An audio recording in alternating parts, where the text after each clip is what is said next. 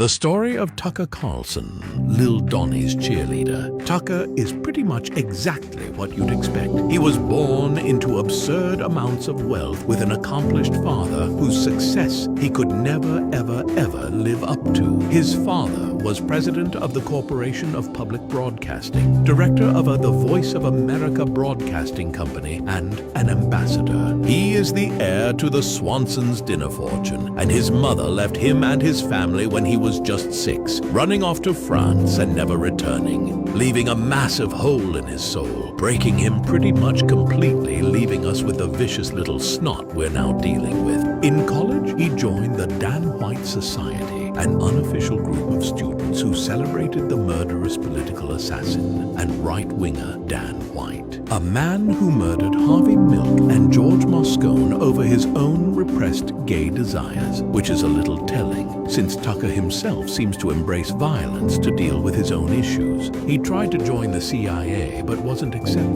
I would be really interested to find out why. Unable to find work, his father pulled some strings and got him a job at the Heritage Foundation working for their journal. What an interesting connection, don't you think? In 1999, Carlson hadn't yet learned to play the game, and he wrote down everything George Bush said in an interview, accidentally letting readers see how callous Bush was towards executions. Carlson had no intention of writing a critical piece about Bush. He just accidentally did it because he thought George W. Bush joking about a woman being put to death was funny and legitimately didn't understand how it would be perceived. This led to an unearned perception that he was unbiased, and he ended up on CNN. But he eventually drew the attention of Jon Stewart, and in a televised debate, Stewart seemingly ended the man's career, exposing him as a right-wing hack with little to no understanding of the subjects he covers. In the aftermath, he puttered around for a few years until ending up on Fox News, where his style of low-information, high-hate nonsense fit in perfectly. Tucker had found his audience,